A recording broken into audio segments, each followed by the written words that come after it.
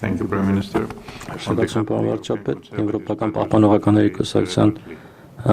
անունից հարց կտրվի։ Prime Minister, Պարոն վարչապետ, խաղաղության համաձայնագրի մի զգալի մասը, որը հաջողությամբ բանակցվեց երկու երկրների միջև եւ նախագահ Թրամփը ներկա էր, Զանգեզուրի միջանցքի ստեղծումն է։ Այդ միջանցքը կապում է Ադրբեջանը Հայաստանի հարավով Թուրքիայի հետ։ Եվ բնականաբար կան լավ հետևանքներ առևտրի ավելացման առումով, բայց կասկածներ կան, թե արդյոք այդ միջանցքի ստեղծումը նույնչափ բխում է Հայաստանի շահերից, որքան բխում է Ադրբեջանի շահերից։ Կարող եք մեզ ասել հիմնական տարբերությունները ձեր ընկալման մեջ Զանգեզուրի միջանցքի,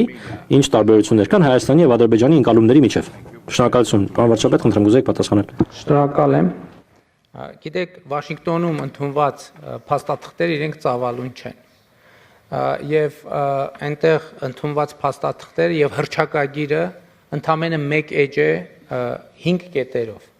Եվ խաղաղության համաձայնագրի նախաստորագրված տարբերակը նույնպես ծավալուն չէ, եւ ես կխնդրեի բոլոր այն գործընկերներին, ովքեր հետաքրքրված են թեմայով կամ առավել եւս պատրաստվում են հրապարակային խոսել այդ թեմայով, բացարձակապես դժվար չի այդ մեկ էջանոց պլյուս մի քանի էջ փաստաթուղթը կարդալ։ Իսկ ինչ կիմանանք մենք այդ փաստաթուղթը ընթերցելուց։ Կիմանանք, որ ձեր նշած խոսույթը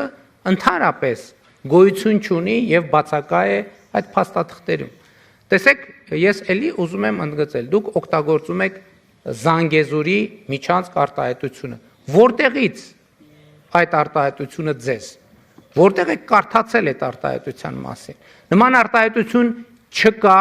չի եղել եւ համոզված եղեք չի լինի Հայաստան-Ադրբեջան համաձայնեցված որևէ փաստաթղթում։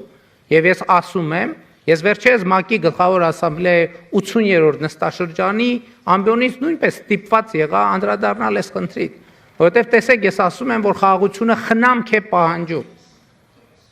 Այդ խնամքի շատ կարևոր ատրիբուտ է լեգիտիմ բառապաշարի օգտագործումը։ Լեգիտիմ համաձայնեցված բառապաշարի օգտագործումը։ Ես ՄԱԿ-ի ամբիոնից ելույթ ունեցա եւ արձանագրեցի, ընդ որում նույնը կարող եմ ասել այսօրվա ելույթի մասին եւ արձանագրեցի, որ իմ ելույթի մեջ չկա մի բառ, մի արտահայտություն, որի ծագումնաբանությունը ես չեմ կարող ցույց տալ Վաշինգտոնում ընդունված փաստաթղթերից։ Հետևաբար նրանք, ովքեր օգտագործում են Զանգեզուրի միջանցք արտահայտությունը, ըստ էության եւ իմիջիալոց ես նաեւ դիմեցի կոչով ադրբեջանցի գործընկերոջս, որպեսզի պարզաբանի, ինչ նկատի ունի Զանգեզուրի միջանցք ասելով։ Որտեղ է Զանգեզուրի միջանցքը։ Քարտեզի վրա պետքա ցույց տալ այդ Զանգեզուրի միջանցքը։ Որտեւ եթե պարզվի, որ Զանգեզուրի միջանցք ասելով նկատի ունեն Հայաստանի որևէ տարածք, որևէ մեկը իրավունք չունի Հայաստանի Հանրապետության ինքնիշխան տարածքի վրա անուն դնել, որը ընդունված չէ Հայաստանի Հանրապետության կողմից։ Դա արդեն իսկ ձեռբերված ինքնիշխանության փոխադարձ ճանաչման կոպտագույն խախտում է եւ կներեք, ես չգիտեմ, ինձ շատ հետաքրքիր է, դուք որտեղից գիտեք այդ արտահայտությունը, որտեղ եք կարդացել, որ Հայաստան-Ադրբեջան, տեսեք, դուք Վաշինգտոնի համաձայնությունների մասին եք խոսում,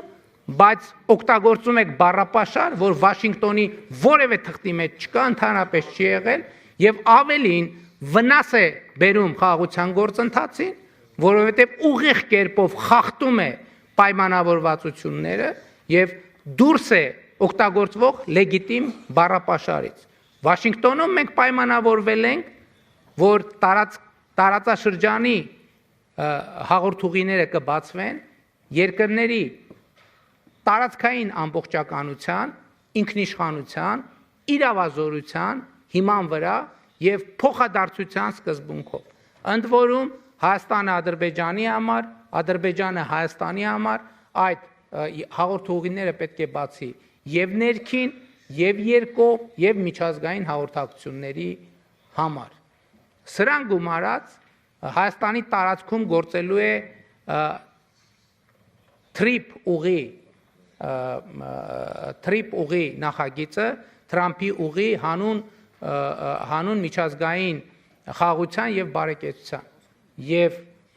այս թղթի տակ ստորագրել է նաեւ Ադրբեջանի նախագահ եւ հետեւաբար իմ կոչն է եւ ակնկալիքն է որ օգտագործվի բացառապես լեգիտիմ բառապաշար իսկ Ադրբեջանի գործընկերներից ակնկալում եմ որ նրանք ցույց տան քարտեզի վրա ցույց տան թե որտեղ նկատի ունեն որ հատվածն են անվանում Զանգեզուրի միջանցք եթե դա որևէ կերպ վերաբերվում է Հայաստանի ինքնիշխան տարածքին կներեք որևէ մեկը Հայաստանի Հանրապետության տարածքում անուններ որոշելու